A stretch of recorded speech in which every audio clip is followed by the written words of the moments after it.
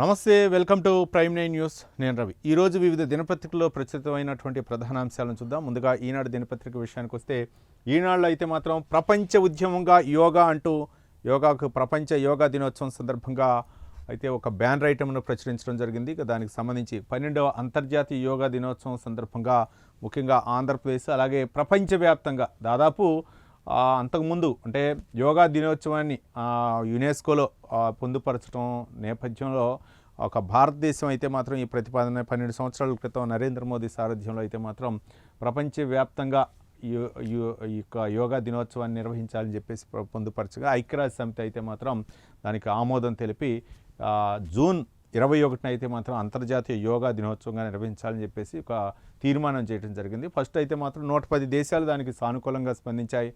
తర్వాత అయితే మాత్రం ఇక ఇప్పుడు 200 దేశాలు అయితే మాత్రం ఈ యొక్క యోగా దినోత్సవాన్ని నిర్వహిస్తున్నాయి. ఇక భారతదేశంలో అంటే ఇది ప్రాచీన ప్రాచీన యొక్క సాధనం అని చెప్పేసి ఇది ఒక కులానికో ఒక మతానికో లేకపోతే ఒక ప్రాంతానికో పరిమితం కాదు. యోగా అనేది విశ్వవ్యాప్తం చేయాలి. దానివల్లనే చాలా అంటే అనారోగ్య బారిన నుండి మనం స్ట్రెస్ని తగ్గించుకోవటం దగ్గర నుంచి రకరకాలు చేయని ఉద్దేశంతో ప్రధాని నరేంద్ర మోదీ సారథ్యంలో ఐక్యరాజ్య సమితికి ప్రతిపాదించడం జరిగింది. ఇక ఐక్యరాజ్య సమితి చొరవతో అయితే మాత్రం ప్రపంచ యోగా దినోత్సవంగా జూన్ 21న ఒక తీర్మానం చేయడం జరిగింది. దాని ప్రకారమే ముఖ్యంగా భారతదేశంలో అయితే మాత్రం అన్ని ప్రాంతాల్లో కూడా యోగా దినోత్సవాన్ని నిన్న హఠాత్తుగా నిర్వహించడం జరిగింది. దానికి సంబంధించినటువంటి అంశాలు ప్రపంచ ఉద్యమంగా యోగా. ఇక విజయవాడ ఇందిరా మున్సిపల్ స్టేడియంలో యోగాంధ్ర కార్యక్రమంలో బాబా రామ్దేవ్, పతంజలి సహ వ్యవస్థాపకుడు బాలకృష్ణతో కలిసి యోగాసనం వేస్తున్న ముఖ్యమంత్రి చంద్రబాబు నాయుడు అంటూ కథనాన్ని చూడవచ్చు. ఇక యోగా అనేది ప్రపంచ ఉద్యమం అని, అది దేశాల సాంస్కృతిక సరిహద్దులను అధిగమిస్తుందని ప్రధాని నరేంద్ర మోదీ పేర్కొన్నారు. కేవలం ఒక్క రోజుకో ఒక్క కార్యక్రమానికో పరిమితం చేయకుండా యోగాభ్యాసాన్ని దైనందిన జీవితంలో భాగంగా మార్చుకోవాలని పిలుపునిచ్చారు. ఇక జూన్ 21 అంటే సుదీర్ఘ పగలు ఉండే రోజనే కాకుండా అతిపెద్ద సామాజిక వేడుక దినంగా మారిందని, దానికి యోగా కారణమని అన్నారు. మొత్తానికైతే మాత్రం కోటి శ్వాసల జీవన యోగం రాష్ట్రమంత్ర కోటి మందితో వేడుకలు యోగాంధ్ర 2026కు వరల్డ్ బుక్ ఆఫ్ రికార్డ్స్లో చోటు. రాష్ట్ర వ్యాప్తంగా 1,05,00,000 మంది అయితే మాత్రం ప్రజల భాగస్వామితో ఉత్సాహంగా ఉల్లాసంగా యోగాంధ్ర 2026 వేడుకలు సాగాయి. 1.32 లక్షల వేదికలో ఆదివారం నిర్వహించిన ఈ సామూహిక యోగా సాధనాల్లో 551 మంది యోగా గురువులు, 7,754 మంది మాస్టర్ శిక్షకులు, 2.6 లక్షల మంది శిక్షకులు పాల్గొన్నారు. ఈ అద్భుత ఘట్టానికి లండన్కు చెందిన ప్రతిష్టాత్మక వరల్డ్ బుక్ ఆఫ్ రికార్డ్స్లో స్థానం దక్కింది. మొత్తానికైతే మాత్రం యోగా అయితే మాత్రం నిన్న చరిత్రలో నిలిచిపోయింది. యోగాసనాలు ఆంధ్రప్రదేశ్ ప్రభుత్వం అయితే మాత్రం ప్రతిష్టాత్మకంగా నిర్వహించిన యొక్క యోగా కార్యక్రమంలో అయితే మాత్రం అన్ని చోట్ల మంత్రులు, కలెక్టర్లు, అధికారులు అందరూ కూడా పాల్గొని యోగా యొక్క ప్రాముఖ్యత స్కూళ్ళలో అవ్వచ్చు లేకపోతే అన్ని చోట్ల కూడా యోగా నిర్వహించారు. యోగా యొక్క ప్రాముఖ్యత, దాని యొక్క అంటే యోగా వల్ల కలిగేటటువంటి ఉపయోగాలు దాదాపు 1 కోటి పైన అయితే మాత్రం ఒక్కసారి యోగా నిర్వహించడం అనేది ఆంధ్రప్రదేశ్ చరిత్రలో మొట్టమొదటిసారి కాబట్టి ఇది వరల్డ్ రికార్డుగా అధికారులు అయితే మాత్రం ప్రకటించడం జరిగింది. చంద్రబాబు నాయుడు ఆధ్వర్యంలో యోగా గురువు రామ్దేవ్ బాబా ఆధ్వర్యంలో అయితే మాత్రం నిన్న విజయవాడలో నిర్వహించినటువంటి యోగాసనాలకు సంబంధించినటువంటి మనం ఆ యొక్క చిత్రాన్ని కూడా మనం చూడవచ్చు. ఇక మరో అంశం, పశ్చిమ బెంగాల్ రాజధాని కోల్కతాలో యోగాసనాలు వేస్తున్న ప్రధాని మోదీ వ్యక్తిగత ఆరోగ్యానికి కాకుండా శాంతికి మంత్రం. అభ్యాసం ఒక రోజుకు పరిమితం కాకూడదు. అంతర్జాతీయ యోగా దినోత్సవంలో ప్రధాని ఉద్ఘాటన. కోల్కతాలో ఆసనాలు వేసిన మోదీ అంటూ ఒక కథనాన్ని అయితే మనం చూడవచ్చు.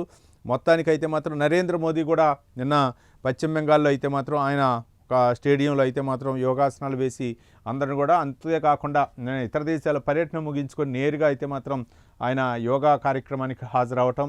ఇక్కడ యోగాసనాలు వేస్తున్నటువంటి యొక్క ఎవరైతే ఉన్నారో వాళ్ళందరికీ కూడా ఆ యొక్క ప్రజల దగ్గరికి వెళ్ళి ఈ విధంగా వేయాలి, ఈ విధంగా వేయాలని వారిని స్వయంగా పర్యవేక్షించారు. యోగా అనేది అంత ప్రాముఖ్యత. ప్రధాని మోదీ కూడా యోగాసనాలు వేస్తారని చెప్పేసి ఆయన చొరవతోటే ఈ యొక్క అంతర్జాతీయ యోగా దినోత్సవానికి అయితే మాత్రం ఒక ప్రాధాన్యత ఏర్పడింది.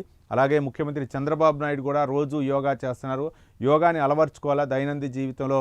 స్ట్రెస్ ముఖ్యంగా నేను ఒక అంటే టెక్నాలజీ పరంగా అవ్వచ్చు లేకపోతే పరిపాలనా పరంగా అవ్వచ్చు, నేను కొంచెం స్ట్రెస్ రిలీఫ్ కోసం యోగాని అయితే మాత్రం నాకు దైనందిన జీవితంలో భాగస్వామ్యం చేసుకున్నాను. కాబట్టి నాకు రిలీఫ్ యోగా వల్ల వస్తుంది. అట్లా ప్రతి ఒక్కళ్ళు కూడా ఇది ఒక జాబ్, ఈ జాబ్ చేసేవాళ్ళే యోగా చేయాలనేది కాదు. ప్రతి ఒక్కళ్ళు కూడా కార్మికుల నుంచి కర్షకుల దగ్గర నుంచి యాక్టర్లు, డాక్టర్లు, లాయర్లు, ఏ వృత్తిలో ఉన్నా సరే రోజుకు ఒక అర్ధగంట గనక ఈ యొక్క యోగా చేస్తే చాలా మంచి రిలీఫ్ ఉంటుంది. అంతేకాకుండా ప్రశాంతత, మానసిక ప్రశాంతత ఒకటే ఒకటి. ఒక దేశం కూడా ప్రశాంతంగా ఉంటుంది, ప్రపంచం ప్రశాంతంగా ఉంటుంది, మన రాష్ట్రం ప్రశాంతంగా ఉంటుంది, మన జిల్లా ప్రశాంతంగా ఉంటుంది అని చెప్పేసి మన ఊరు, మన కుటుంబం ప్రశాంతంగా ఉంటుంది. ఎవరైతే కుటుంబ యజమాని ప్రశాంతంగా ఉంటారో ఆ కుటుంబం కూడా వాతావరణం కూడా ఆహ్లాదకరంగా ఉంటుంది. అట్లనే ఎలాంటి ఒత్తిడిలోనైనా సరే, ఆఫీసుల్లో అవ్వచ్చు, లేకపోతే వ్యాపార నిమిత్తం అవ్వచ్చు, లేకపోతే ఇంకేదైనా సరే మనం చేస్తున్నటువంటి రోజువారీ కార్యక్రమాల్లో అవ్వచ్చు, స్ట్రెస్కి ఫీల్ అయినప్పుడు, అంటే మామూలుగా రోజు కూడా ఉదయం కానీ సాయంత్రం కానీ మన జీవితంలో కనుక యోగా కనుక దాన్ని అలవర్చుకుంటే ఎలాంటి ఒత్తిడినైనా అధిగమించవచ్చు అని చెప్పేసి యోగా వలన ప్రాముఖ్యతను చేశారు. కానీ ఇది ఒక పార్టీకో, లేకపోతే ఒక మతానికో, ఒక కులానికో, లేకపోతే ఒక వర్గానికో, లేకపోతే ఒక వయసుకో సంబంధం లేదు. అన్ని వయసుల వారు, అన్ని ప్రాంతాల వారు అలవర్చుకోవాలని చెప్పేసి నిన్న యోగా ప్రాముఖ్యత గురించి అయితే మాత్రం ప్రపంచ వ్యాప్తంగా సెమినార్లు నిర్వహించారు, యోగా ఆసనాలు వేశారు. దాదాపు నిన్న ఆంధ్రప్రదేశ్ అయితే మాత్రం వరల్డ్ రికార్డు అయితే మాత్రం సాధించిందని చెప్పవచ్చు. ఇక మరో అంశం చూడొచ్చు. 2 ఏళ్ల పాలనపై ప్రోగ్రెసివ్ రిపోర్టు. 10 అంశాలపై పురోగతి నివేదికలో వెల్లడించిన కూటమి ప్రభుత్వం నేడు విద్యుత్ రంగంపై నివేదికల విడుదలంటూ ఒక కథనాన్ని అయితే మనం చూడవచ్చు. 2 ఏళ్ల పాలనలో వివిధ రంగాలు, అంశాల్లో సాధించిన విజయాలను ప్రజల్లోకి తీసుకెళ్లేందుకు కూటమి ప్రభుత్వం ప్రోగ్రెసివ్ రిపోర్ట్ 2024-26 పేరిట నివేదికను విడుదల చేయనుంది. మొత్తం 10 అంశాలపై ఈ నివేదికలు ఇవ్వాలని నిర్ణయించింది. వీటిలో 1 అభివృద్ధి, 2 ఆర్థిక రంగం, 3 సుపరిపాలన, 4 సంక్షేమ సాధికారత అంశాలకు సంబంధించిన నివేదికలను ముఖ్యమంత్రి చంద్రబాబు నాయుడు స్వయంగా విడుదల చేయనున్నారు. పోలవరం ప్రాజెక్టు, రాజధాని అమరావతి, విద్యుత్ రంగం, శాంతి భద్రతలు, మైనింగ్, ఎక్సైజ్ రంగాల నివేదికలను ఆయా శాఖల మంత్రులు విడుదల చేస్తారు. తొలుత విద్యుత్ రంగంపై నివేదికను సోమవారం ఆ శాఖ మంత్రి కొట్టిపాటి రవికుమార్ ప్రకటిస్తారు. అన్ని రంగాలకు సంబంధించిన నివేదికలను విడుదలను జూలై 18 నాటికల్లా పూర్తి చేసేలా ప్రణాళికలు సిద్ధం చేయాలి. ఆ తర్వాత వాటాలన్నీ కలిపి ఒకే పుస్తక రూపంలో తీసుకురావాలని ముఖ్యమంత్రి సంబంధిత మంత్రులను, అధికారులను ఆదేశించారు. ఈ అంశంపై ఆదివారం ఆయన వీడియో కాన్ఫరెన్స్ ద్వారా సమీక్షా సమావేశం నిర్వహించారు. శ్వేతపత్రాలోని అంశాలపై తీసుకున్న చర్యలతో కూటమి అధికారంలోకి వచ్చే నాటికి రాష్ట్ర ఆర్థిక పరిస్థితి, పోలవరం ప్రాజెక్టు, రాజధాని అమరావతి, విద్యుత్ రంగంలో శాంతి భద్రతలు, మైనింగ్, ఎక్సైజ్ వంటి దాదాపు 10 అంశాలకి ఈ 2 సంవత్సరాల్లో మనం సాధించింది ఏంటి, ప్రగతి ఎంతవరకు సాధించారు. అప్పుడే మొట్టమొదటిసారిగా అధికారంలోకి వచ్చిన తర్వాత, కూటమి ప్రభుత్వం అధికారంలోకి వచ్చిన తర్వాత సీఎం చంద్రబాబు నాయుడు ఈ 10 అయితే మాత్రం శ్వేతపత్రం విడుదల చేశారు. గత ప్రభుత్వం ఎంతవరకు చేసింది, ఒక ఎక్సైజ్ రంగం తీసుకుంటే ఎక్సైజ్లో ఎన్ని వేల కోట్ల రూపాయల అవినీతి జరిగింది, అలాగే మైనింగ్లో ఎంతవరకు అవినీతి జరిగింది, అలాగే శాంతి భద్రతలు ఏ విధంగా క్షీణించాయి, శాంతి భద్రతలు ముఖ్యంగా ఇప్పుడు ఎక్సైజ్ రంగ పరిస్థితులు తీసుకున్నా సరే, గంజాయి అవ్వచ్చు, లేకపోతే అక్రమ లిక్కర్ వ్యాపారం అవ్వచ్చు, వీటన్నిటిపై కూడా ఒక శ్వేతపత్రం విడుదల చేసి ఈ విధంగా ఉందని చెప్పేసి ఆ రోజే అసెంబ్లీలో అంటే ముందు జాగ్రత్త చర్యగా వ్యూహాత్మకంగా సీఎం చంద్రబాబు నాయుడు చేశారనుకోవచ్చు.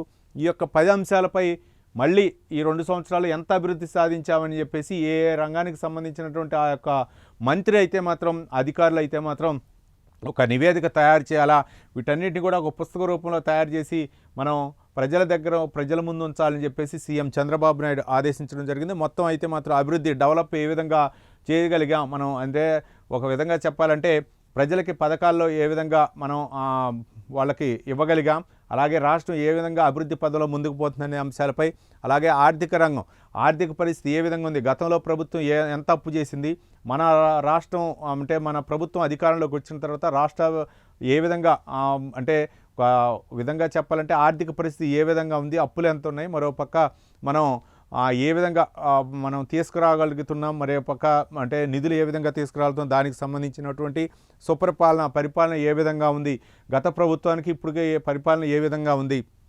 సంక్షేమం సాధికారత సంబంధించి నివేదికలను, పథకాలు ఏ విధంగా, సంక్షేమ పథకాలు ఏ విధంగా అమలవుతున్నాయి, ప్రజలకు ఏ విధంగా చేరువవుతున్నాయి, తదితర అంశాలకి గత ప్రభుత్వానికి ఇప్పటికి.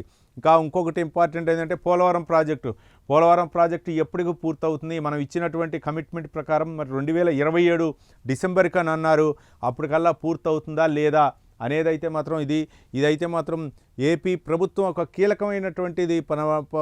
ఇది ఏపీ ప్రజల జీవనాడి అని చెప్పుకునేటువంటి పోలవరం ప్రాజెక్ట్ ఎంతవరకు క్లియర్ అయ్యింది అనేది కూడా చూడాలి. ఇక రాజధాని అమరావతి, ఇది కూడా చాలా ఇంపార్టెంట్. అమరావతికి సంబంధించినటువంటి డెవలప్మెంటు అక్కడ అలాగే అంటే దాదాపు ఇంతకుముందు క్వాంటమ్ వ్యాలీ అవ్వచ్చు, లేకపోతే రకరకాల ప్రాజెక్టులు అయితే చేశారు. ఇప్పుడు గతంలో ప్రభుత్వం అధికారంలోకి వచ్చిన గత ప్రభుత్వం అయ్యేటప్పుడు మాత్రం ఎన్జిఓస్ భవనాలు అవ్వచ్చు, మరోపక్క సెక్రటరీ అవ్వచ్చు, లేకపోతే జడ్జిల ఇళ్ళు అవ్వచ్చు, అలాగే మంత్రుల నివాస సముదాయం అవ్వచ్చు, ఎమ్మెల్యేల నివాస సముదాయాలు అవ్వచ్చు, ప్రభుత్వాధికారుల నివాస సముదాయాలు అవ్వచ్చు. దాదాపు 60% అయితే మాత్రం గతంలోనే 2014 నుంచి 19 సమయంలో అయితే మాత్రం చంద్రబాబు నాయుడు అప్పటి ప్రభుత్వం దిగిపోయే సమయానికి అయితే మాత్రం కంప్లీట్ అయినాయి. తర్వాత వచ్చినటువంటి 2019-23 సమయంలో అయితే మాత్రం వైఎస్ జగన్మోహన్ రెడ్డి ప్రభుత్వం అయితే మాత్రం వాటెక్కడా పట్టించుకోలేదు. మొత్తం కూడా ముళ్ళ కంచె మొలవటం అవన్నీ ఉండి వాటన్నిటిని కూడా మనకి శ్వేతపత్రంలో విడుదల చేయటం, దాన్ని అమరావతి రాజధాని పరిధిలో అయితే మాత్రం వాటిని ఓపెన్ చేయాలా, ఆ డెవలప్మెంట్ ఎంతవరకు వచ్చింది, ఆ ఇళ్ల స్థలాలు ఏంటి, దానికి సంబంధించినటువంటి శ్వేతపత్రం. విద్యుత్ రంగం, విద్యుత్ ఎంత అంటే మనకి ఏ విధంగా డెవలప్మెంట్ చేయాలంటే ఒక విద్యుత్ రంగమే కాకుండా దానికి కంపల్సరీ సోలార్ సిస్టాన్ని కూడా యాడ్ చేసింది ఏపీ ప్రభుత్వం. కాబట్టి ఆ యొక్క విద్యుత్ రంగం ఎంత పురోగతి సాధించిందని చెప్పేసి విద్యుత్ శాఖ మంత్రి గొట్టిపాటి రవికుమార్ ఒక నివేదికను కూడా తయారు చేయాలా అని చెప్పేసి చెప్పండి. శాంతి భద్రతలు ముఖ్యంగా ఇది కూడా చాలా కీలకం. హోంశాఖ మంత్రి వంగలపూడి అనిత శాఖ నిర్వహిస్తున్నారు. శాంతి భద్రతలు ఏ విధంగా ఉన్నాయి, మరోపక్క గంజాయి అక్రమ రవాణా అవ్వచ్చు, మారక ద్రవ్యాలు అవ్వచ్చు, మహిళలపై జరుగుతున్న వేధింపులు అవ్వచ్చు, అప్పటికి ఇప్పటికి తగ్గాయా, మరొకటి ప్రజలకు ఏ విధంగా సేవలు అందిస్తున్నారు, ప్రభుత్వం ఫ్రెండ్లీ పోలీసింగ్ విధానాన్ని అవలంబిస్తుందా లేదా అనే విధంగా మొత్తానికైతే మాత్రం గోండాయిజం, రౌడీయిజాన్ని ఏ విధంగా ఆదరించారు. మైనింగ్ ఇక్కడ ఉన్న ఇది ఒక పెద్ద రాష్ట్ర ఆదాయ వనరు మైనింగ్ ఏ విధంగా ఉంది, అప్పటికి ఇప్పటికి ఏ విధంగా పారదర్శకంగా జరుగుతుందా లేదా, పారదర్శకంగా టెండర్లు నిర్వహిస్తున్నామా లేదా అనేది కూడా మైనింగ్ ఒక కీలకమైన. ఇక ఎక్సైజ్ రంగాలు, ఇది ఈ శాఖ అయితే మాత్రం కొల్లు రవీంద్ర మంత్రిగా ఉన్నారు. ఎక్సైజ్ రంగం, ఎక్సైజ్ని ఒక పారదర్శకంగా తీసుకొస్తాం, నాణ్యమైనటువంటి మద్యాన్ని తక్కువ ధరకే ఇస్తాం. ఎటువంటి అంటే ఒక పక్క మనం ఇంతవరకు చూద్దాం, అన్ని రాష్ట్రాల్లో దొరికేటటువంటి మద్యాన్ని అన్ని రాష్ట్రాల్లో ఉండేటటువంటి మద్యం ధరలకు అనుగుణంగానే ఆంధ్రప్రదేశ్లో ఉంటాయి, ఎక్కడా కూడా హెచ్చు తగ్గులు ఉండవు. గతంలో మనం చూసే ఆంధ్రప్రదేశ్ నుంచి తెలంగాణ వచ్చి మద్యాన్ని కొనుక్కొని చాలా బోర్డర్లో పట్టుబడ్డటువంటి దృశ్యాలు. కానీ ఇప్పుడు అక్కడైతే మాత్రం బోర్డర్లో ఇక ఎట్లాంటి తనిఖీలు లేకుండా, అంటే ప్రధానంగా దీనికోసమే అనమాట అక్కడ ఏపీ ప్రభుత్వం అప్పుడు చేసింది. మరో పక్క డిజిటల్ లావాదేవీలు కూడా లేకుండా ఇదైతే మాత్రం భారీ ఎత్తున ఇప్పటికీ కేసు నడుస్తూ ఉంది. దానిపై అయితే మాత్రం కేసిరెడ్డి దాంట్లో ప్రధాన ముద్దాయిగా ఆయన ఉన్నారు. ఇప్పటికీ కేసు అయితే మాత్రం నడుస్తుంది. దానిపై నిందితులు ఇంకెంతమంది ఉన్నారు అని చెప్పేసి దాన్ని కూడా తీసే పరిస్థితిలో ఉన్నారు. కాబట్టి ఏది ఏమైనా సరే ఈ 10 అంశాలు అన్నమాట, ఈ మొత్తానికి అసెంబ్లీలో ఏపీ సీఎం చంద్రబాబు నాయుడు ఒక నివేదికను అయితే మాత్రం అప్పుడు తయారు చేసి ఒక శ్వేతపత్రాన్ని విడుదల చేశారు. ఒక్కొక్క రోజుకు ఒక్కొక్క శ్వేతపత్రాన్ని విడుదల చేసి దాన్ని అసెంబ్లీ సాక్షిగా చెప్పడం జరిగింది. మళ్ళీ ఈ 10 అంశాలపై మళ్ళీ నివేదిక తయారు చేసి ఒక పుస్తక రూపంలో ఎంత డెవలప్ అయింది, ఏ విధంగా మనం ముందుకెళ్ళామనేది మాత్రం ఒక నివేదిక ప్రకారం ప్రజల ముందుంచాలని చెప్పేసి చంద్రబాబు నాయుడు దానిపై ఎలా తయారు చేస్తారనేది నివేదిక మనం చూద్దాం. రొయ్యల ఎగుమతి కేంద్రంలో అమ్మోనియా లీక్, తమిళనాడులో 2 మహిళా కార్మికుల మృతి, 140 మందికి అస్వస్థ, పలువురి పరిస్థితి విషమం. తమిళనాడులో జరిగినటువంటి ఘటన. నౌకాయాన సామర్థ్యమే రక్షా కవచం, దునాగిరి అగ్రయ సంశోధక్ యుద్ధ నౌకలను జాతికి అంకితం చేసిన ప్రధాని మోదీ. అక్కడ ఆమె మాటే శాసనం. డిటిసిపి విద్యుల్లత చేతుల్లో పట్టణ ప్రణాళిక, వైకాపా ప్రభుత్వంలోనూ ఇప్పుడు ఆమెదే హవా. గతంలో కూడా ఆమె చక్రం తిప్పింది, ఇప్పుడు కూడా ఆమె కీలకమైనటువంటి పాత్ర పోషిస్తున్నట్లు గతంలో కూడా ఆరోపణలు వచ్చిన నేపథ్యంలో మరి ప్రభుత్వం ఎలాంటి చర్యలు తీసుకుంటూ చూడాలా. మరోపక్క మనం చూడొచ్చు, విజయవాడ పోలీసు నుంచి దస్త్రాల స్వాధీనం, అర్ధరాత్రి వరకు ఫోరెన్సిక్ క్లూస్ టీంతో సమావేశం. ఇదొక తీవ్ర చర్చనీయాంశమైనటువంటి అంశం. గాదె సాయికృష్ణ అదృశ్యం, తదనంతర పరిణామాలపై సమగ్ర విచారణ కోసం రాష్ట్ర ప్రభుత్వం ప్రత్యేక దర్యాప్తు బృందాన్ని సిట్ ఏర్పాటు చేసింది. ప్రొవిజనల్ లాజిస్టిక్స్ P&L విభాగం ఐజీ ఎం రవి ప్రకాష్కు సిట్ అధిపతిగా బాధ్యతలు అప్పగించింది. పశ్చిమ గోదావరి ఎస్పీ ఆద్నన్ నయీం అస్మి, అల్లూరి సీతారామరాజు జిల్లాకు చెందినటువంటి పోలీసు అధికారులు అయితే మాత్రం ఈ యొక్క సిట్లో కీలకమైనటువంటి వాళ్ళకి బాధ్యతలు అప్పగించి ఈ యొక్క సాయి కృష్ణకు సంబంధించినటువంటి ఈ యొక్క కేసుకు సంబంధించినటువంటి పూర్వాపరాలు, అలాగే ఆయన నాగరాజు సిఐ పై వచ్చినటువంటి ఆరోపణల విషయంలో ఒక నివేదికను అయితే మాత్రం సమర్పించాలని చెప్పేసి ప్రభుత్వం ఆదేశించడం జరిగింది. ఇక పంచాయతీలకు ఆర్థిక కష్టాలు, 1000 కోట్ల విడుదలతో జాప్యంతో పాలనకు ఇబ్బందులు, అత్యవసర పనులకు నిధులు లేమి అంటూ ఒక కథనాన్ని అయితే చూడొచ్చు. గ్రామ పంచాయతీ కార్యాలయాలకు అయితే మాత్రం నిధుల కష్టాలు ఉన్నట్లు మనకు తెలుస్తుంది. వనరులు అంతంత మాత్రంగా ఉన్న చిన్న గ్రామ పంచాయతీలు ఆర్థిక ఇబ్బందులు ఎదుర్కొంటున్నాయి. పొరుగు సేవల సిబ్బందికి పలు చోట్ల 2-3 నెలలుగా జీతాలు లేవు. అత్యవసరంగా చెల్లించాల్సిన పనుల విషయంలో కార్యదర్శులకు దిక్కుతోచడం లేదు. 15వ ఆర్థిక సంఘం నిధుల విడుదలలోనూ జాప్యం. పంచాయతీల పాలన అస్తవ్యస్తంగా మారుతుంది. రాష్ట్రంలోని 13,351 గ్రామ పంచాయతీల్లో ఆదాయం అంతంత మాత్రంగా ఉన్నాయి. 70% పైగానే ఉన్నాయి. ఆస్తి పన్ను ఏడాదికి 3 లక్షల లోపు ఉన్నవి కూడా వీటిలో ఎక్కువే. ఇలాంటి పంచాయతీలకు కేంద్రం అయితే మాత్రం నిధులు మరి మంజూరు చేయట్లేదనేది మనకు తెలిసింది. పంచాయతీలో నిర్వహణ ఖర్చులు క్రమంగా పెరుగుతున్నాయి. అదే స్థాయిలో కొన్ని పంచాయతీలకు ఆదాయం లేదు. ఘన వ్యర్థాల నిర్వహణ కార్యక్రమాలకు ప్రతి పంచాయతీలోనూ కనీసం 2 గ్రీన్ అంబాసిడర్లు నియమించారు. ఇంటింటికి వెళ్ళి తడి పొడి చెత్త సేకరించి సంపద సృష్టి కేంద్రాలకు తరలించాలి. ఇక్కడ షెడ్ మిత్ర అని మరొకరు నియమించారు. ఒక్కొక్కరికి నెలకు 7,000 రూపాయల వేతనం చెల్లిస్తున్నారు. తాగునీటి సరఫరా నిర్వహణ ఏడాదికి ₹1,00,000 నుంచి ₹1,50,000 వరకు వేస్తున్నారు. ప్రత్యేకించి పాడైన మోటార్లకు రిపేర్లు, పాత పైపుల స్థానంలో కొత్తవి ఏర్పాటు వంటి ఖర్చులు ఎక్కువే. పంపు ఆపరేటర్కు నెలకు ₹5,000 చెల్లిస్తున్నారు. కొన్ని పంచాయతీల్లో 2-3 ఆపరేటర్లు ఉంటున్నారు. నిధులేమితో అత్యధిక చోట్ల ఫిల్టర్ బెడ్లు మరమ్మతులు చేయటం లేదంటూ పంచాయతీకి అయితే మాత్రం నిజంగా అంటే గ్రామ స్థాయిలో పనిచేసేటటువంటి ఆ పంచాయతీ నిర్వహణకు అయితే మాత్రం నిధులు లేక కొన్ని అయితే మాత్రం పనులు ఇచ్చారు. ముఖ్యంగా పారిశుద్ధ్య నిర్వహణ, తడి పొడి చెత్తను వేరు చేయాలని చెప్పేసి దేశవ్యాప్తంగా అన్నమాట పిలుపునిచ్చినటువంటి నేపథ్యంలో కొన్ని రాష్ట్రాలు ఉంటుంది. తెలంగాణ ప్రభుత్వం కూడా తడి పొడి చెత్తకి ప్రత్యేకమైనటువంటి డస్ట్బిన్లు కూడా ఇచ్చి అదొక ఉద్యమంగా గతంలో బీఆర్ఎస్ ప్రభుత్వం తెలంగాణలో ఏర్పాటు చేసింది. ఆంధ్రప్రదేశ్లో కూడా తడి పొడి చెత్త ద్వారా దాని ద్వారా మొత్తానికైతే మాత్రం సంపద సృష్టి కేంద్రానికి అన్నమాట చెత్త సేకరణ ద్వారా సంపద సృష్టించాలని చెప్పేసి దాన్ని ఎరువుగా మార్చి రకరకాలైన ప్లాస్టిక్ని సపరేట్గా చేసి దాన్ని ఒక ఎరువుగా మార్చి తయారు చేయాలనే ఉద్దేశంతో రాష్ట్ర ప్రభుత్వం అయితే ఒక వినూత్న కార్యక్రమానికి చుట్టింది. అది ఇంకా పైలట్ ప్రాజెక్టుగా కొన్ని చోట్ల అమలు జరుగుతుంది, మరి కొన్ని చోట్ల జరగట్లేదు. దాన్ని ద్వారా సంపద సృష్టించాలి, చెత్త సేకరణ ద్వారానే సంపద సృష్టించవచ్చు అని చెప్పేసి కొన్ని ఏమో విద్యుత్ తయారు చేయొచ్చు అని చెప్పేసి మరికొన్ని చోట్ల ఏమో ఎరువు తయారు చేసే విధంగా దాన్ని అయితే మాత్రం ఒక విధంగా చెత్త కనుక అమ్మితే డబ్బులు వస్తాయనే విధంగా ఏపీ ప్రభుత్వం చేసినటువంటి ఆ కార్యక్రమానికి అయితే మాత్రం విశేష స్పందన లభిస్తున్నటువంటి నేపథ్యంలో దానికి నిర్వహణకి కొంత సిబ్బందిని నియమించారు. సిబ్బంది అంటే వాళ్ళు అవుట్సోర్సింగ్, వాళ్ళకి ఇవ్వాల్సినటువంటి ₹7,000 అట్లా ఉంటుంది జీతం. కొన్ని చోట్ల అయితే మాత్రం మంచినీటి సరఫరా కోసం పంపు ఆపరేటర్లు ఉంటారు, వాళ్ళకు కూడా ఇవ్వాలి. వీటికైతే మాత్రం నిధుల కొరత, ఆర్థిక కష్టాలు ఉన్నాయని చెప్పేసి ఒక కథనం అయితే మాత్రం మనం చూడవచ్చు.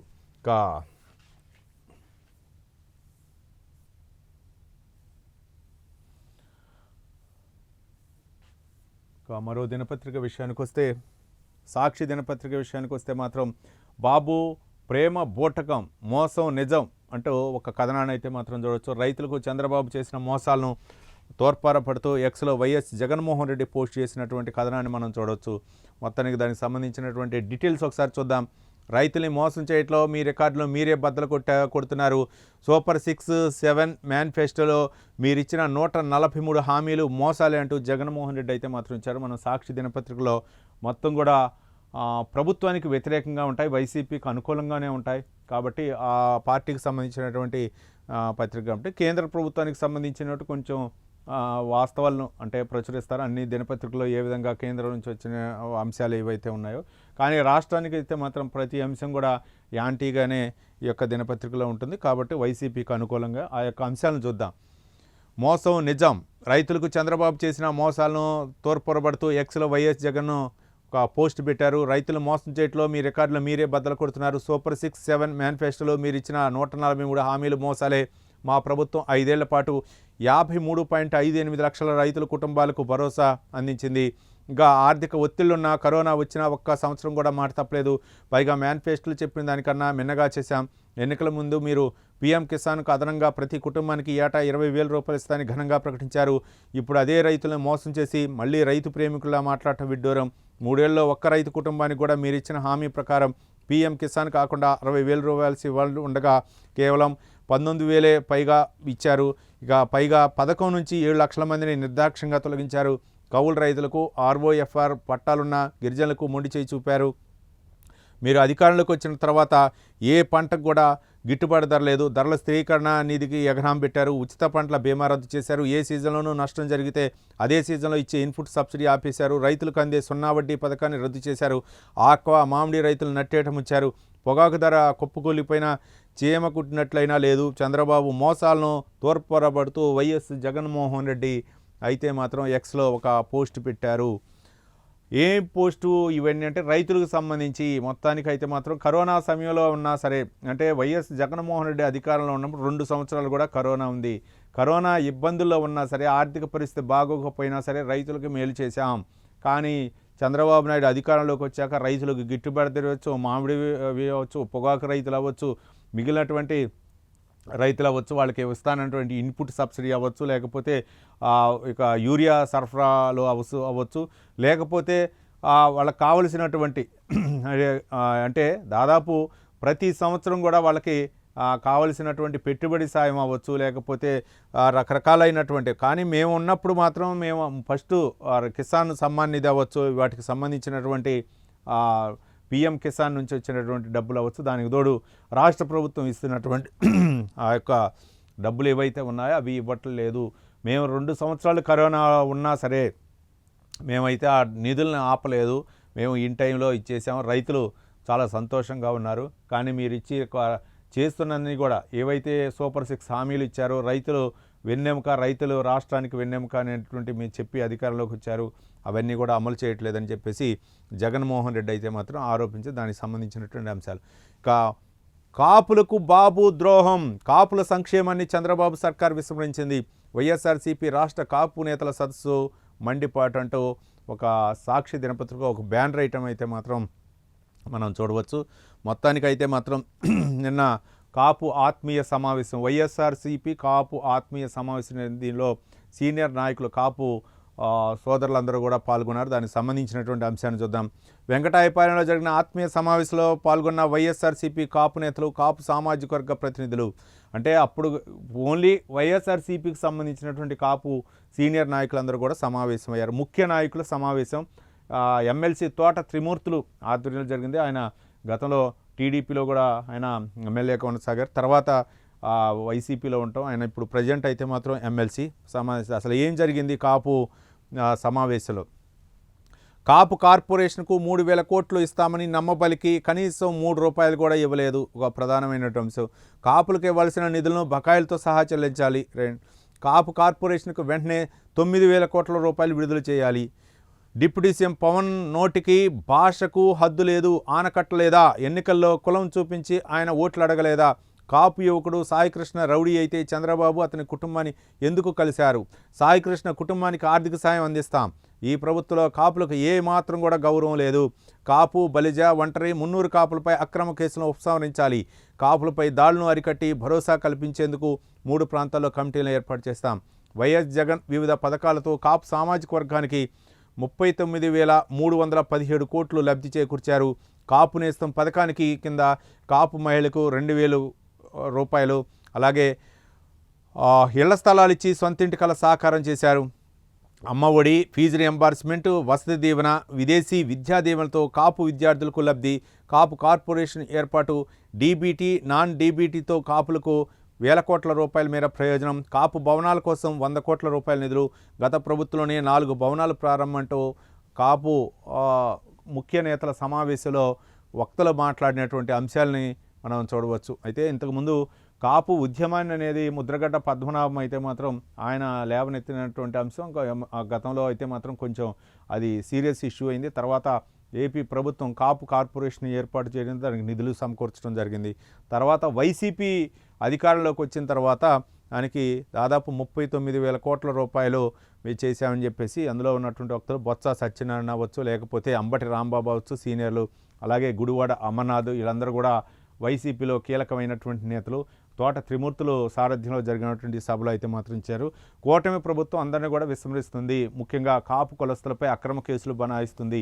విజయవాడలో జరిగినటువంటి సాయికృష్ణ హత్య కేసుకు సంబంధించింది కూడా ఒక ఇష్యూని అయితే మాత్రం ఈ యొక్క సమావేశంలో ప్రస్తావించడం జరిగింది. ఉద్యమ కార్యాచరణ ఏ విధంగా తీసుకెళ్దాం, ముఖ్యంగా వైసీపీ అయితే మాత్రం మనకు అండగా ఉంది, కాపు సామాజిక వర్గానికి అండగా ఉంది, కానీ ఇప్పుడున్నటువంటి కూటమి ప్రభుత్వం అయితే మనల్ని విస్మరిస్తుంది అనే విధంగా ఒక మెసేజ్ బయటికి తీసుకువెళ్ళాలన్న ఉద్దేశంతో. అంతేకాకుండా మనందరం కూడా ఒక వైసీపీకి అండగా ఉండాలా, వైఎస్ జగన్మోహన్ రెడ్డికి అండగా ఉండాలా, మేమందరం ఒకటే కట్టుగా ఉన్నామనే విధంగా ఈ మాజీలందరూ కూడా ప్రజెంట్ కొంతమంది ఎమ్మెల్యేలు ఎమ్మెల్సీలుగా ఉన్నటువంటి కొంతమంది అయితే మాత్రం వైసీపీకి చెప్పే విధంగా అయితే మాత్రం చేసినటువంటి ప్రయత్నం. కాబట్టి ఇదే అంశాన్ని విజయవాడలో జరిగినటువంటి సాయికృష్ణ ఘటన కూడా ఇందులో చెప్పారు. అయితే ఆయన రౌడీ గోండా అన్నప్పుడు చంద్రబాబు నాయుడు వాళ్ళని ఎందుకు పిలిచి మాట్లాడాల్సి వచ్చింది అని చెప్పేసి ఇది ఒక అంశాన్ని కూడా లేవనెత్తడం జరిగింది.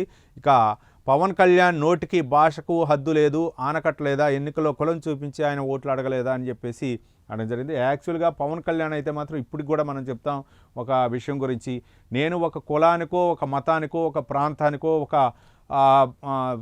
ఒక అంటే పరిధి కాదు, కాబట్టి నేను జాతీయవాదిని కాబట్టి నా వాళ్ళే ఒక్కళ్ళే నా కులపోళ్ళే ఓట్లేస్తే గెలిచే పరిస్థితి కాదు, కాబట్టి అన్ని కులాల్ని అన్ని మతాల్ని గౌరవిస్తాను, సనాతన ధర్మాన్ని కాపాడాలి, ఇదే ఆయన మొట్టమొదటి. కాబట్టి ఆయన ఏదో టార్గెట్ చేయాలనేటటువంటి ప్రయత్నం చేశారు.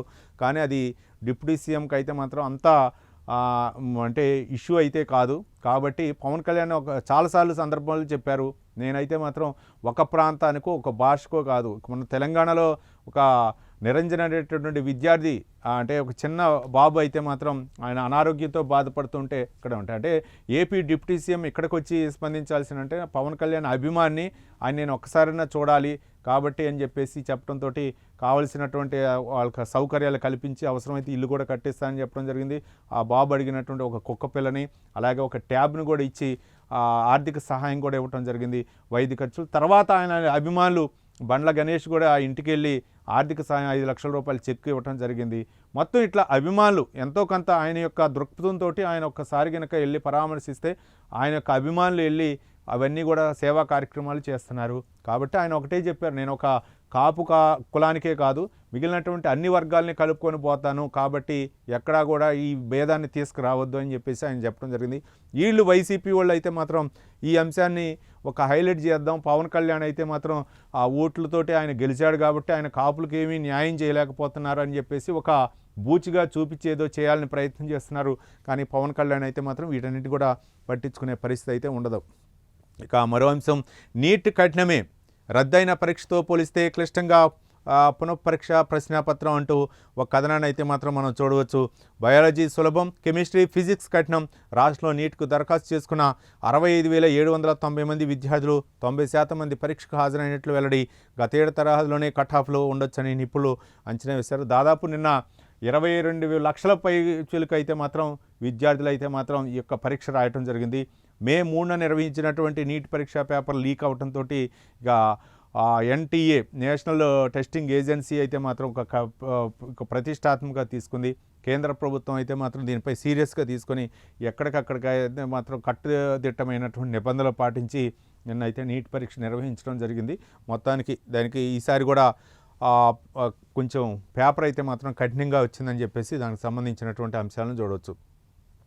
మొత్తానికి అన్నదమ్ముల బలిగొన్న ఇస్కాసులు ఈతకు వెళ్ళి క్వారీ గొంతులో పడి ఇద్దరు మృత్యువాత పడ్డటువంటి అంశాలను చూడవచ్చు.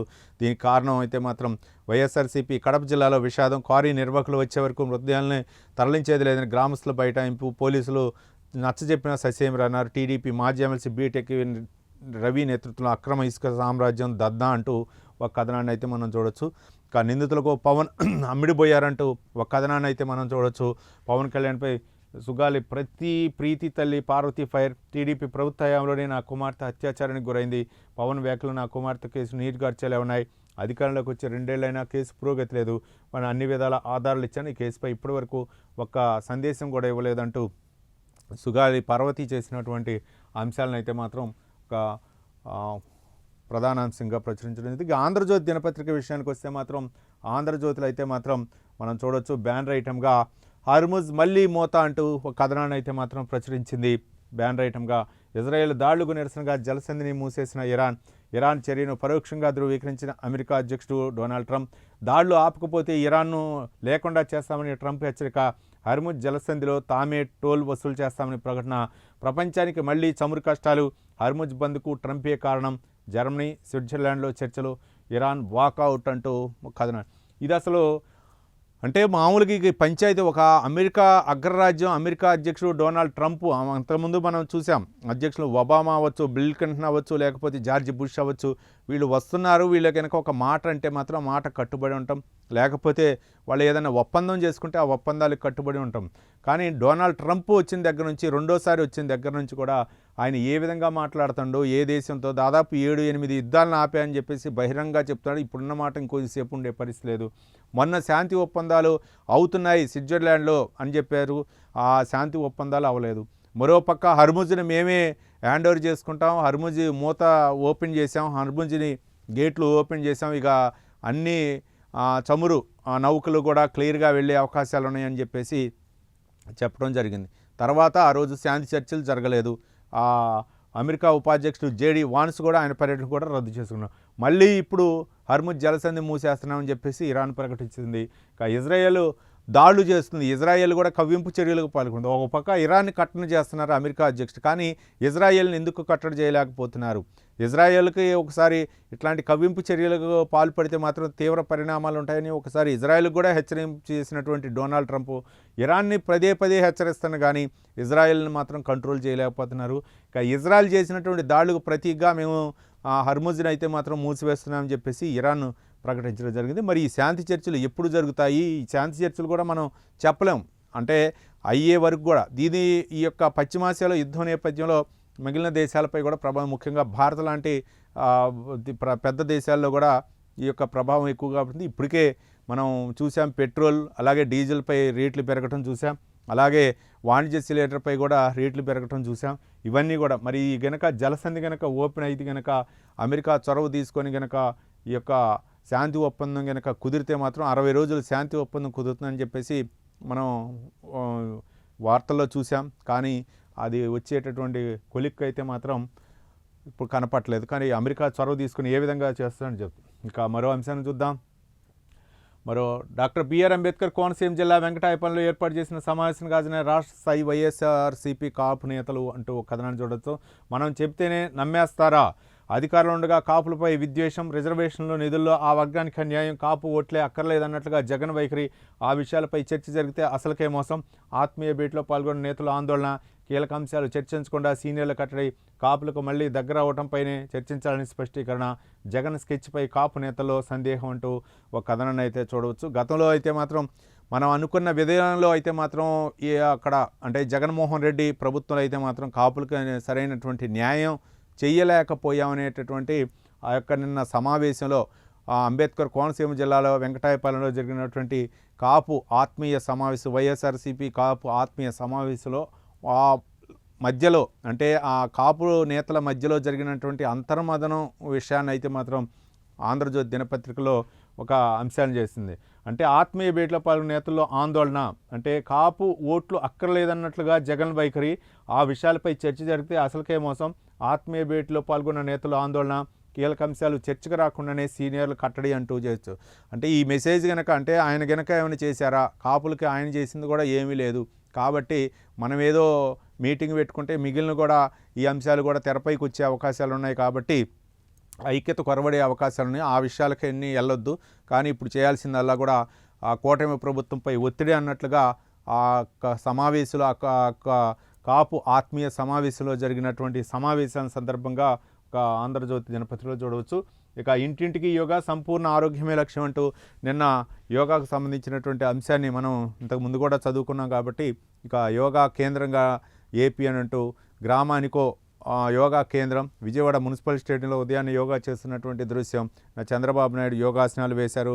యోగా గురువు రామ్దేవ్ బాబా ఆధ్వర్యంలో యోగాతో ప్రపంచ శాంతి, సమతుల జీవితానికి యోగా కీలకం, అంతర్జాతీయ యోగా దినోత్సవం సందర్భంగా ప్రధాని మోదీ సందేశం, కోల్కతాలో వేలాది మందితో కలిసి యోగాసనాలు వేశారు. ఇక నిన్న ఇతర దేశాల్లో పర్యటనలు ముగించుకుని వచ్చిన తర్వాత యోగాలో డైరెక్ట్గా పాల్గొన్నారు. దానికి సంబంధించినటువంటి సిచ్యువేషన్ చూడవచ్చు. నీట్ కఠినం అంటూ మనం చూడవచ్చు. మే 3వ తారీఖున పరీక్ష జరిగింది, తర్వాత రద్దు చేసిన తర్వాత మళ్ళీ నిన్న నీట్ పరీక్ష దేశవ్యాప్తంగా ప్రపంచవ్యాప్తంగా కూడా కొన్ని కేంద్రాల్లో నిర్వహించడం జరిగింది. మొత్తానికి 22 లక్షల మంది అయితే మాత్రం పరీక్షకి హాజరవున్నట్లు తెలుస్తుంది. కొంచెం ఈసారి అయితే మాత్రం టఫ్గా ఉన్నట్లు తెలుస్తుంది. అంటే వైద్య విద్యను అభ్యసించడానికి ప్రాథమిక అంటే ముఖ్యంగా ఈ యొక్క టెట్ పరీక్ష నిర్వహణలో అయితే మాత్రం చాలామంది విద్యార్థులు దాదాపు 7-8 మంది విద్యార్థులు ఆత్మహత్య చేసుకున్నటువంటి ఘటన నేపథ్యంలో ఈసారి అయితే మాత్రం కొంచెం టెస్ట్ అంటే బాధ వాళ్ళు లాంగ్ టర్మ్ తీసుకున్న వాళ్ళు ఉండొచ్చు, తల్లిదండ్రులు కూడా భయాందోళనకు గురవచ్చు. వైద్య విద్య డాక్టర్లు చేయాలనేటువంటి సదుద్దేశంతో కొంతమంది అక్కడ ఉన్నటువంటి ఉపాధ్యాయులు అవ్వచ్చు, లెక్చరర్లు అవ్వచ్చు, కొంతమంది చేస్తున్నటువంటి అవినీతి నేపథ్యంలో పరీక్షా పేపర్ లీక్ అవడంతో తీవ్ర ఆందోళన చెంది దాదాపు 7-8 మంది విద్యార్థులు ఆత్మహత్య చేసుకొని నిన్న అయితే మాత్రం ఒక స్ట్రిక్ట్గా చాలా అంటే 11 గంటల నుంచే ఆ కేంద్రాలకు అయితే మాత్రం అనుమతించారు. దాదాపు 5 గంటల 15 నిమిషాలకు పరీక్ష ముగిసింది. మొత్తానికి శాంతియుతంగా అయితే మాత్రం ఎగ్జామ్స్ నిర్వహించారు. సాయికృష్ణ కేసు దర్యాప్తునకు సిట్ ఐజీ రవిప్రకాష్ నేతృత్వంలో ఏర్పడిన సభ్యులుగా 2 ఎస్పీలు, ఒక ఎస్పీ, ఏఎస్పీ, కృష్ణలంక పిఎస్లో సిట్ బృందం విచారణ.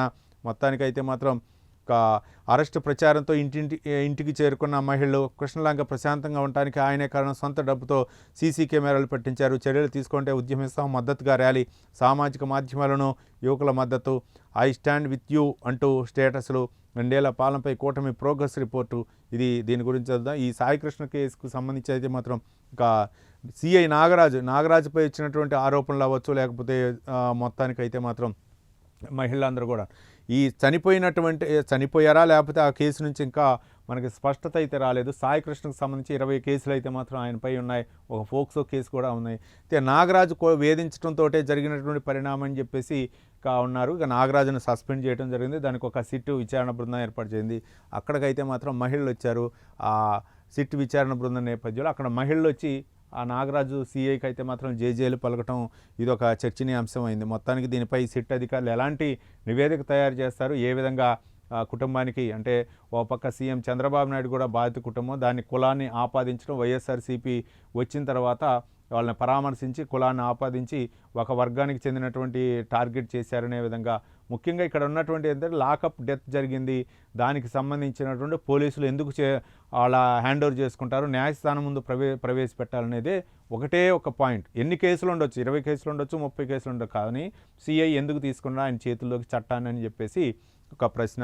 దానికి సంబంధించిన మహిళలు అయితే మాత్రం అందరూ వచ్చి ఆ సిఐకి అయితే మాత్రం జేజేలు కొడుతున్నట్లు ఒక సిచ్యువేషన్ అంటే ఒక మన కథనాన్ని అయితే మనం చూడవచ్చు.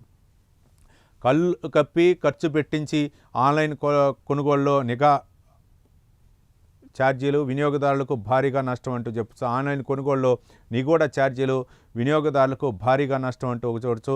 డార్క్ ప్యాటర్న్స్తో నష్టపోతున్న 88%, ఏటా కోల్పోతున్న మొత్తం 28 కోట్ల పైన అంటూ మనం చూడవచ్చు.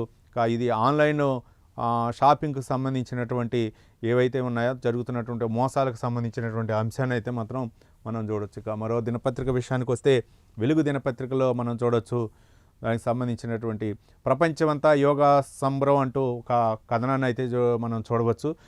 ప్రపంచవ్యాప్తంగా దాదాపు మనం ఇంతకుముందు కూడా మాట్లాడుకున్నాం, 210 దేశాల్లో 2500 ప్రాంతాల్లో సామూహిక ఆసనాలు వేశారు. మొత్తంగా ప్రపంచవ్యాప్తంగా నిన్న ప్రపంచ యోగా దినోత్సవం సందర్భంగా మనకు ప్రధాని నరేంద్ర మోదీనే హైలైట్ చేస్తూ అన్ని దినపత్రికలు కూడా చూశాయి. ఐక్యతకు ప్రతిగా అంతర్జాతీయ యోగా దినోత్సవం అంటూ కథనాన్ని అయితే మనం వెలుగు దినపత్రికలో చూడవచ్చు. ఈ అంశాన్ని కూడా చూడవచ్చు. ఇది కూడా మనం అన్ని దినపత్రికల్లో ఇచ్చారు. ప్రకటబందీగా నీట్ రీ ఎగ్జామ్, 1.38 లక్షల సీసీ కెమెరాలు, 51,000 జామర్లతో నిఘా, దేశవ్యాప్తంగా 551 నగరాల్లో 5,440 కేంద్రాలు, విదేశాల్లో 11 సెంటర్ల నిర్వహణ, రాష్ట్రంలో 7,972 మంది, దేశవ్యాప్తంగా 2.79 లక్షల మంది గైర్హాజరంటూ ఒక కథనాన్ని అయితే మాత్రం మనం చూడవచ్చు. దేశవ్యాప్తంగా నీట్ పరీక్షకు సంబంధించినటువంటి అంశం. ఢిల్లీ మే సవాల్, 2 రోజులు అక్కడే సీఎం రేవంత్ రెడ్డి మకాం అంటూ ఒక కథనాన్ని చూడవచ్చు. మెట్రో లోన్ లొల్లి ఫేజ్ 2, అనుమతులపై కేంద్రంతో తాడు పేడు, కేంద్ర మంత్రులను కలవాలని నిర్ణయం, యాసంగి ధాన్యం కొనుగోలు కోటా పెంపు, యూరియా సకాలంలో సప్లై చేయాలని ఒత్తిడి, అపాయింట్మెంట్ ఇప్పించాలని, రాష్ట్రం కోసం కలిసి రావాలని కేంద్ర మంత్రి కిషన్ రెడ్డిని కోరిన సీఎం, రాయదుర్గం ల్యాండ్ ఇష్యూలో ఎస్బీఐ తీరుపైన పీఎం ఆర్థిక శాఖ మంత్రి ఆర్బీఐకి ఫిర్యాదు అంటూ కథనాన్ని మొన్న కొన్ని రోజుల నుంచి అయితే మాత్రం సీఎం రేవంత్ రెడ్డి అలాగే కేంద్ర మంత్రి కిషన్ రెడ్డికి అయితే మాత్రం మరి టంకాపూర్గా అయితే మాత్రం వార్ నడుస్తుంది. కిషన్ రెడ్డి రావాలి నాతో పాటు కేంద్రానికి, నన్ను కూడా తీసుకుపోయని చెప్పేసి రేవంత్ రెడ్డి చెప్తున్నారు. మొన్న ఈ మధ్య అయితే మాత్రం ఒక మూసీ ప్రక్షాళనకు సంబంధించి ఒక తొలి అడుగు అయితే పడ్డది. దానికి సంబంధించి రేవంత్ రెడ్డి అయితే మాత్రం కేంద్రానికి ఒక ధన్యవాదాలు చెప్పారు. శుభ పరిణామం అని చెప్పేసి మూసీ రివర్ ఫ్రంట్కి సంబంధించి మూసీ అభివృద్ధికి ప్రక్షాళనకు సంబంధించి ఒక శుభసూచకంగా కేంద్రం అయితే ఒక ప్రకటించడంతో ఆయన కూడా కేంద్ర ప్రభుత్వానికి ధన్యవాదాలు తెలిపారు. ఇక మెట్రో ఫేజ్ 2కి అయితే మాత్రం క్లియర్ లోన్కు సంబంధించినటువంటి రాష్ట్రమే భరించే పరిస్థితిలో ఉన్న కేంద్రం క్లియరెన్స్ ఇవ్వట్లేదు అని చెప్పేసి ఆయన మీడియా సమావేశంలో కొంచెం క్లియర్గా మాట్లాడటం జరిగింది. దానిపై అయితే మాత్రం ఈరోజు అక్కడే 2 రోజులు ఢిల్లీలో ఉండి కేంద్ర మంత్రులను కలిసి దీనికి తాడో పేడో తెలుసుకోవాలా, అమీతు మీ తెలుసుకోవాలని చెప్పేసి కిషన్ రెడ్డికి అయితే మాత్రం నువ్వు రావాలా, నువ్వు వచ్చి కేంద్ర మంత్రులు కలిపేయాలని చెప్పేసి రేవంత్ రెడ్డి చెప్పడం, మరి కిషన్ రెడ్డి స్పందిస్తారా లేదా చూడాలా. ఇక మరో అంశం చూద్దాం. మనం గాంధీభవన్లో మీడియాతో మాట్లాడుతూ మీనాక్షి నటరాజన్ ఆమె యొక్క రాజ్యసభకు సంబంధించినటువంటి నామినేషన్ పత్రాన్ని తిరస్కరించడంతో కొంత కాంగ్రెస్ అయితే మాత్రం అసహనం వచ్చింది. దీన్ని కాంగ్రెస్పై అంటే తెలంగాణ కాంగ్రెస్పై కూడా నెపాన్ని నెట్టారు. ఆమెపై ఉన్నటువంటి కేసు విషయంలో అయితే మాత్రం దాచిపెట్టారు. అందుకే ఆమె నామినేషన్ తిరస్కరించేదని చెప్పారు. దానికి సంబంధించినటువంటి ఒక బీజేపీ నా సీటు చోరీ చేసింది, ఆ పార్టీతో ఆర్ఓ కుమ్మక్కై నా నామినేషన్ తిరస్కరించారు. మీనాక్షి నటరాజన్ జార్ఖండ్లో నత్వానికి అవకాశం ఇచ్చినందుకే ఇవ్వలేదు.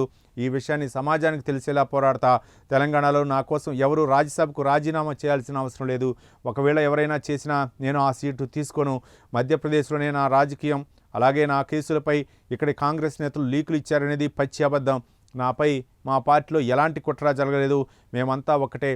బీజేపీ చేస్తున్న తప్పుడు ప్రచారం మాత్రమే అంటూ రాష్ట్ర వ్యవహారాల ఇన్ఛార్జి మీనాక్షి నటరాజన్ స్పష్టం చేశారు. ఆమెపై ఇక్కడ ఉన్నటువంటి కాంగ్రెస్ నేతలే అక్కడ తప్పుడు ప్రచారం చేశారని ఎవరో కాదు, అటు బీజేపీ నాయకులు, మరోపక్క బీఆర్ఎస్ వర్కింగ్ ప్రెసిడెంట్ కేటీఆర్ కూడా స్పష్టంగా చెప్పారు. ఇక్కడ ఉన్నటువంటి నాయకులే లీక్ ఇచ్చారు, అక్కడ ఉన్నటువంటి బీజేపీ వాళ్ళకి లీకులు ఇచ్చారు. బీజేపీ యొక్క లిఖితపూర్వక ఫిర్యాదు చేసింది, ఇక్కడ ఏపీలో కేసులు ఉన్నాయి ఆమెపై అని చెప్పేసి ఇచ్చారు. అందుకే ఆమె రాజ్యసభ నామినేషన్ పత్రాన్ని అయితే మాత్రం తిరస్కరించారని చెప్పేసి ఇక్కడ చెప్పారు.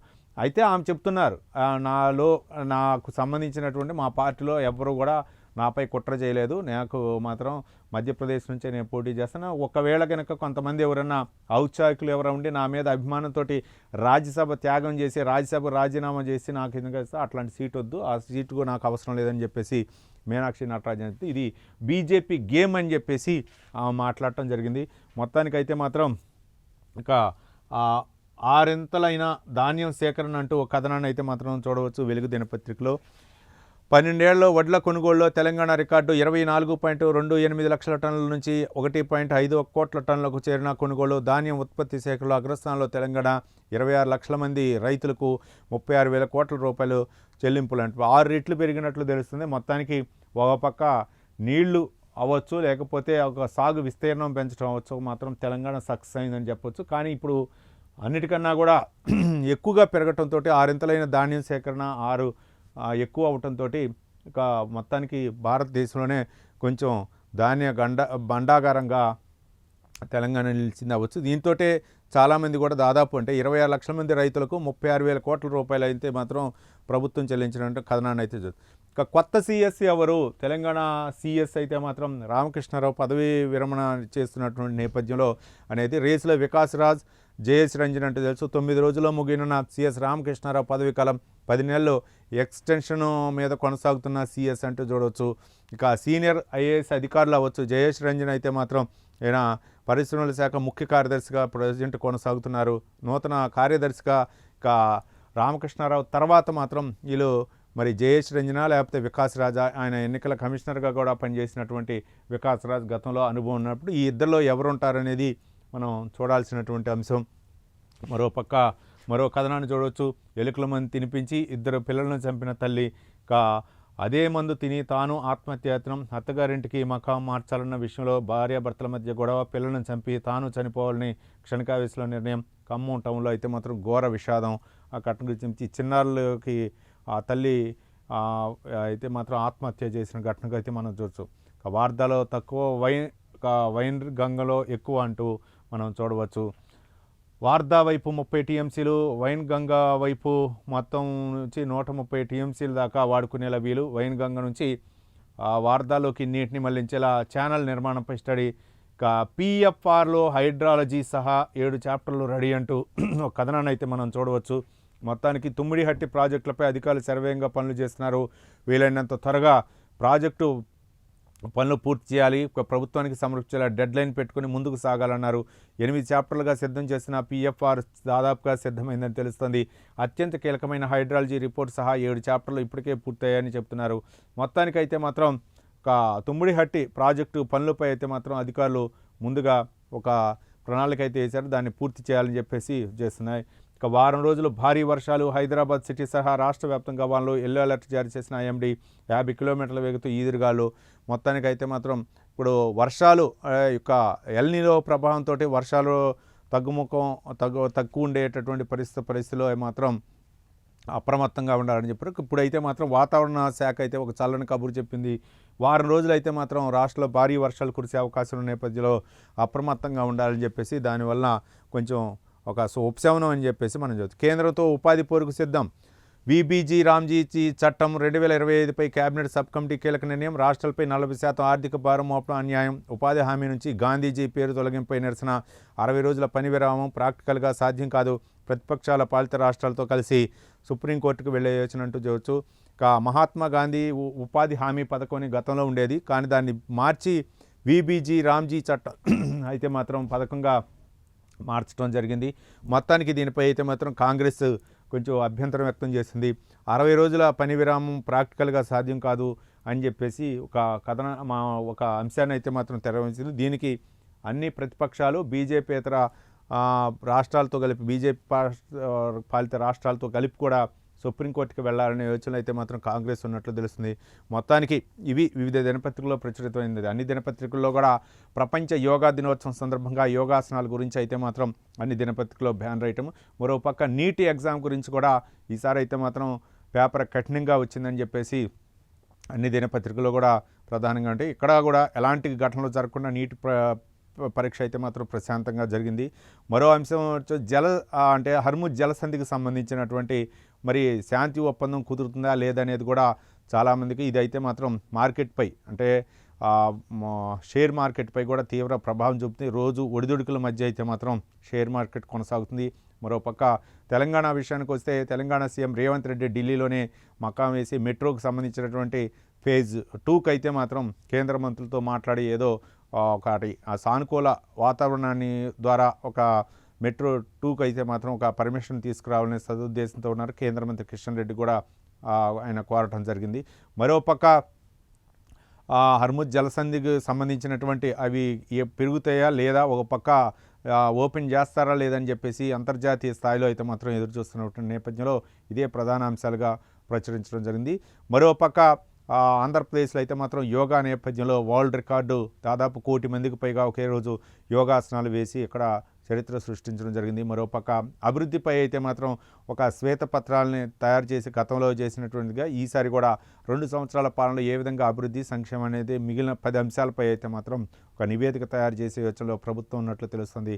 మరోపక్క నిన్న కాపు ఉద్యమ నాయకులు కాపు సామాజిక వర్గానికి చెందినటువంటి వైఎస్ఆర్సీపీ కాపు సామాజిక వర్గానికి చెందినటువంటి దాదాపు కీలకమైనటువంటి నేతలు అయితే మాత్రం నిన్న అంబేద్కర్ కోనసీమ జిల్లా వెంకటాయపాలెంలో సమావేశం నిర్వహించడం ఇదే ఏపీ వ్యాప్తంగా నిన్న అయితే మాత్రం హాట్ టాపిక్గా మనం చూడవచ్చు.